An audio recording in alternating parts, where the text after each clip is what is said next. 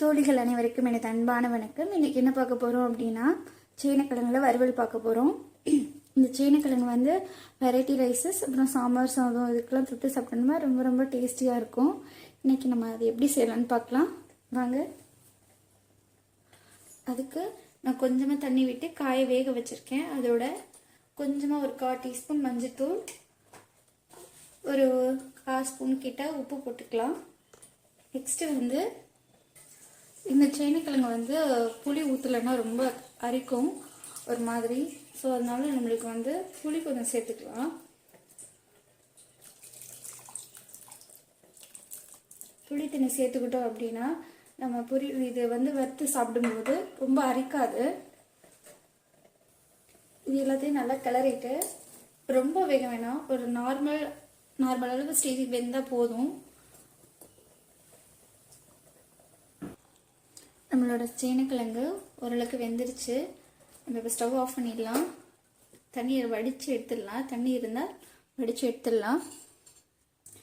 இப்போ நம்ம சேனக்கிழங்குக்கு தேவையான மசாலாவை ரெடி பண்ணிக்கலாம். ஃபஸ்ட்டு அதுக்கு கொஞ்சமாக எண்ணெய் விட்டுக்கிறேன். ஒரு ஸ்பூன் கிட்ட விட்டால் போதும். அதுக்கு இந்த கரண்டியால் ஒரு 1/4 கரண்டி வந்து உளுந்து எடுத்திருக்கேன். நெக்ஸ்ட்டு அதே மாதிரி 1/4 கரண்டி துவரம்பருப்பு எடுத்திருக்கேன். நெக்ஸ்ட்டு கடலைப்பருப்பு அதே மாதிரி 1/4 கரண்டி. நெக்ஸ்ட்டு ஒரு கரண்டி கிட்ட நான் வந்து மல்லி எடுத்திருக்கேன். அது இதோட சேர்த்துக்கிறேன். நெக்ஸ்ட்டு ஒரு 1/4 கரண்டி சோம்பு. நெக்ஸ்ட்டு அதே 1/4 கரண்டி ஜீரகம். நெக்ஸ்ட்டு கொஞ்சமாக மிளகு எடுத்திருக்கேன். அதுக்கப்புறம் குட்டி குட்டியாக வரமிளகாய் எடுத்திருக்கேன். அதையும் இதில் சேர்த்துக்கிறேன், ஒரு 5. நெக்ஸ்ட்டு சின்ன வெங்காயம் வந்து ஒரு 5-6 கிட்ட எடுத்திருக்கேன். பூண்டு ஒரு 5 பல் கிட்ட எடுத்திருக்கேன்.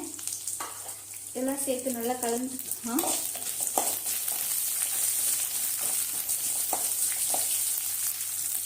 கொஞ்சமாக தேங்காய் துருவி வச்சுருக்கேன், அதையும் இதோட சேர்த்துக்கிறேன். சேர்த்து நல்லா வதக்கிக்கலாம். நல்லா வறுத்தாச்சு. ஸ்டவ் ஆஃப் பண்ணிக்கலாம். இதை வந்து மிக்ஸி ஜாரில் போட்டு நல்லா பேஸ்ட்டாக அரைச்சி எடுத்துக்கலாம். இது கொஞ்சம் நேரம் ஆறட்டும். அதுக்குள்ளே நம்ம அந்த சேனக்கிழங்கை வந்து எண்ணெயில் பொரித்து எடுத்துக்கலாம். ஒரு தாச்சியில் நான் எண்ணெய் காய வச்சுருக்கேன். சேனக்கிழங்கெல்லாம் பொரித்து எடுக்கணும். கோல்டன் ப்ரௌன் வர அளவுக்கு பொரித்து எடுக்கணும். எண்ணெய் நல்லா காஞ்சிருச்சு. முதல்ல வேக வச்சோம் இல்லையா, அதை வந்து இதோட சேர்த்து பொரிச்சு எடுத்துக்கலாம்.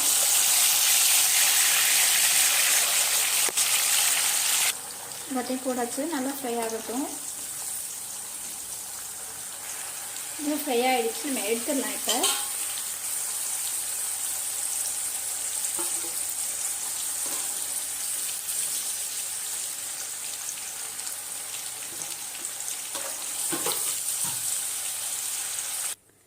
இப்போ நம்ம ஒரு மண் பாத்திரத்தில் ஒரு 1.5 கரண்டி கிட்ட நான் எண்ணெய் ஊற்றிருக்கேன். நல்லெண்ணெய் ஊற்றிருக்கேன்.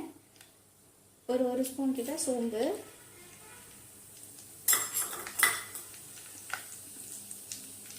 பட்டை, கிராம்பு எல்லாம் சேர்த்துருக்கேன்.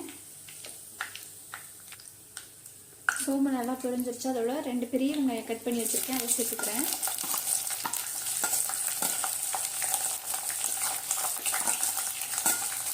நல்லா வதக்கிக்கலாம்.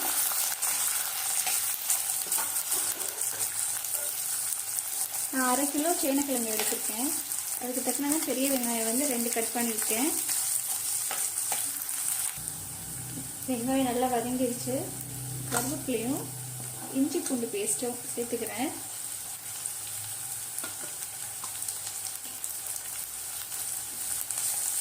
இதில் சேர்த்து நல்லா வதக்கிடலாம்.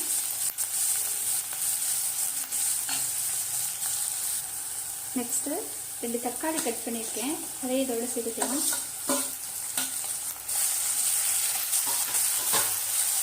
நல்லா வதங்கிட்டேன். தக்காளி நல்லா வதங்குறதுக்கு ஒரு ஸ்பூன் கிட்ட உப்பு சேர்த்துருக்கேன். தக்காளி நல்லா வதங்கிடுச்சு. அதோட ஒரு 1/4 ஸ்பூன் மஞ்சள் சேர்த்துக்கிறேன்.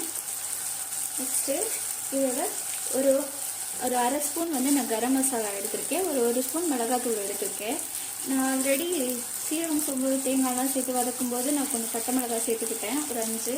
அது உங்களுக்கு காரத்துக்கு போதும்னா அதுவே போதும். இந்த எக்ஸ்ட்ரா காரம் போட தேவையில்லை. எங்கள் வீட்டில் கொஞ்சம் காரம் விரும்புவாங்க, ஸோ அதனால் நான் எக்ஸ்ட்ரா காரம் சேர்த்துருக்கேன். தேவைன்னா சேர்த்துக்கோங்க.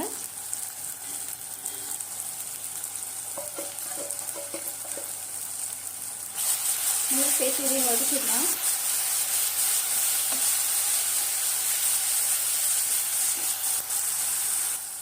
மசாலாலாம் நல்லா வதங்கியாச்சு. நம்ம முதல்ல அரைச்சி வச்சோம், பேஸ்ட் அரைச்சி ரெடி பண்ணோம் இல்லையா, அதை வந்து இதோட சேர்த்துக்கலாம். சீரகம், சோம்பு, தேங்காய் எல்லாம் வதக்கி வச்சுருந்தோம் இல்லையா, அதை பேஸ்ட்டை அரைச்சி இதோட சேர்த்துக்கிறேன். இதுவும் சேர்த்து நல்லா வதங்கிட்டோம். மசாலா நல்லா வதங்கிருச்சு. நம்ம வறுத்து வச்சுருந்தோம் இல்லையா சேனைக்கிழங்கு, அது இதோட சேர்த்துக்கலாம். சேர்த்துட்டு நல்லா கலரிக்கோங்க.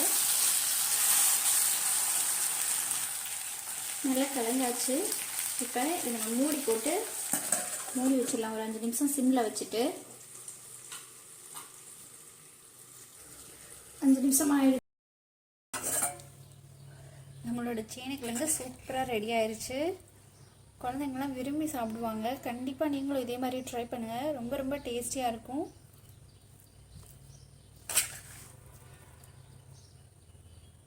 Thank you.